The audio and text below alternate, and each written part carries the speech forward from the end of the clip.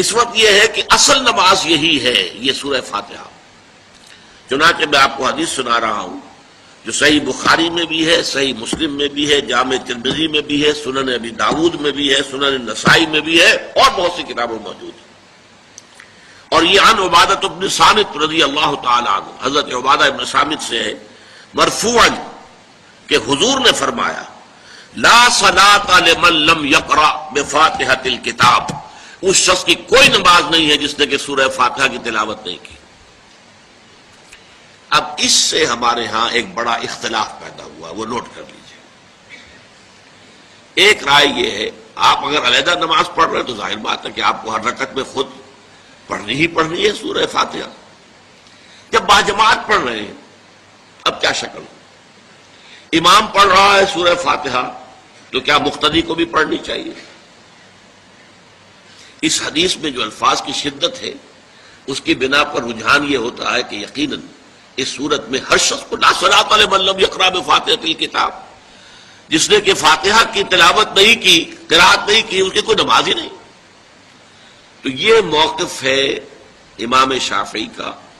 یہی مسلک ہے ہمارے اہل حدیث بھائیوں کا کہ آپ چاہے اکیلے نماز پڑھ رہے ہو، چاہے امام کے پیچھے پڑھ رہے ہو، اور چاہے امام جو ہے وہ جہری رکعت پڑھا رہا ہے اور چاہے سری رکعت پڑھا رہا ہے۔ خاموشی والی رکعت سورہ آپ کو معلوم ہے کہ نماز جو ظہر اور عصر کی ہے تو چاروں رکعتیں جو ہے وہ سری ہے، مغرب کے اندر آ کر دو جہری ہیں ایک سری ہے، عشاء میں آ کر دو جہری ہیں دو سری ہیں، سورہ اور نماز فجر کے اندر دونوں جو ہیں وہ جہری ہیں۔ تو چاہے جہری ہو چاہے سری ہو آپ کو بھی لازماً جو مقتدی ہے اسے بھی سورہ فاتحہ پڑھنی ہوگی۔ اب اس کے لیے انہوں نے یہ طریقہ جو ہے تلقین کیا ہے کہ امام تیزی سے نہ پڑھے، رک رک کر پڑھے الحمدللہ رب العالمین، اس کے بعد اتنا وقفہ دے دے کہ جو مقتدی ہے وہ بھی کہہ لے اپنے دل میں یا پڑھ لے الحمدللہ رب العالمین الرحمن الرحیم۔ تو یہ رک رک کر پڑھنا، خاص طور پر اگر آپ کو موقع ہوا ہو کسی اہل حدیث امام کی امامت میں نماز ادا کرنے کا، تو آپ دیکھیں گے کہ بڑا فرق ہے۔ ہمارے جو حنفی امام الحمدللہ رب العالمین الرحمن الرحیم مالک یوم الدین ایاک نعبد و ایاک نستعین، چار آیتیں جو ہیں وہ بھی ایک ساتھ میں پڑھ جائیں گے، لیکن یہ کہ عام طور پر جو اہل حدیث حضرات ہیں وہ رک رک کر ٹھہر ٹھہر کر پڑھتے ہیں، ترتیل کے انداز میں پڑھتے ہیں۔ یا پھر دوسری شکل انہوں نے ایک اور کی ہے، یہ آپ سعودی عرب میں جب کبھی نماز پڑھیں گے اور آپ پڑھی ہو آپ نے تو وہاں آپ دیکھیں گے کہ امام جو ہے وہ سورہ فاتحہ پڑھنے کے بعد کوئی 1 منٹ جو ہے خاموش رہتا ہے، تاکہ آپ اب جو مقتدی ہیں وہ اس وقفے میں وہ اب سورہ فاتحہ پڑھ لیں، پھر وہ قرات کرے گا، کوئی اور آیات اس نے شامل کرنی ہے تو بعد میں شروع کرے گا، درمیان میں وقفہ ہوگا۔ لیکن ایک مسلک یہ ہے، اور یہ مسلک جو ہے یہ در حقیقت قرآن مجید کی ایک آیت کے اوپر مبنی ہے۔ سورہ اعراف کے آخر میں فرمایا گیا وَإِذَا قُرِئَ الْقُرْآنُ فَاسْتَمِعُوا لَهُ وَأَنصِتُوا، جب قرآن پڑھا جا رہا ہو تو توجہ سے اسے سنو، خود خاموش رہو۔ اب یہ قرآن مجید کی آیت ہے،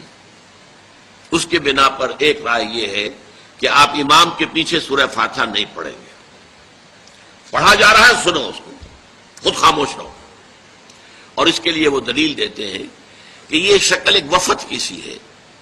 جیسے کسی بڑی شخصیت کے پاس اگر آپ کا کوئی وفد جاتا ہے، 8-10 افراد ہیں،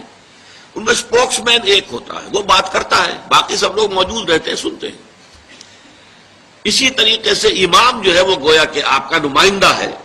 اور وہ پڑھ رہا ہے الحمدللہ رب العالمین الرحمن الرحیم مالک یوم الدین، تو امام کی قرات ہی آپ کی بھی قرات ہو گئی۔ گویا کہ اس آیت سے، اس حدیث سے اختلاف نہیں ہے، اس کی تعبیر سے اختلاف ہے کہ امام کا قرات کر لینا در حقیقت مقتدیوں کی طرف سے بھی قرات ہے۔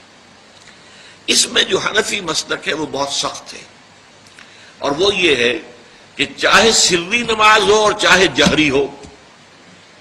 ہر کسی بھی حالت میں مقتدی جو ہے وہ سورہ فاتحہ نہیں پڑھے گا۔ اب اس میں ذرا سا سوال پیدا ہوتا ہے کہ جہری رکعت میں تو اس آیت کا اطلاق ہو جائے گا کہ وَإِذَا قُرِئَ الْقُرْآنُ فَاسْتَمِعُوا لَهُ وَأَنصِتُوا، سری میں تو اس آیت کا اطلاق نہیں ہوتا۔ بہرحال یہ مسلک ہے امام شافعی کا، ایک انتہا پر ہے، ہر صورت میں سری ہو یا جہری ہو آپ کو پڑھنی ہی پڑھنی ہے۔ اور امام ابو حنیفہ دوسری انتہا پر ہیں کہ چاہے سری ہو چاہے جہری ہو کسی شکل میں نہیں پڑھنا۔ امام مالک کا مسلک ہے درمیان میں، اور میں اس میں کوئی جھجک محسوس نہیں کرتا کہ میں آپ کے سامنے عرض کر دوں کہ میں اس پر عمل پیرا ہوں۔ وہ کیا ہے؟ جہری نماز میں خاموش رہو اور سنو۔ اس آیت کا اطلاق ہو جائے گا جب بلند آواز سے پڑھ رہا ہے امام تو پوری توجہ، فاستمعوا لہ، اپنی پوری توجہ کو اس کے سننے کے اوپر مرکوز کر دو اور خود خاموش رہو۔ سری رکعت میں البتہ جبکہ وہ بھی خاموشی سے پڑھ رہا ہے، آپ بھی خاموشی سے پڑھ رہے ہیں۔ بہرحال ان چیزوں میں میں نے یہ سب کچھ بیان کیا ہے، تو اس سے جو میرا مقصود ہے وہ یہ ہے کہ معلوم ہو جائے کہ اس میں کوئی بڑی بنیادی بات نہیں ہے، نہ یہ کہ جو حنفی ہیں وہ اس حدیث کا انکار کرتے ہوں کہ لا صلاۃ لمن لم یقرأ بفاتحۃ الکتاب، کیسے وہ انکار کریں گے؟ اور نہ ہی کوئی جو حنبلی ہے یا اہل حدیث ہے وہ قرآن کی اس آیت کا اختلاف جو ہے وہ اختلاف کر سکتا ہے کہ اذا قرئ القرآن فاستمعوا له وانصتوا، لیکن یہ کہ اس کے پھر اس سے جو احکام کا استنباط ہے اس میں اختلاف ہو جاتا ہے۔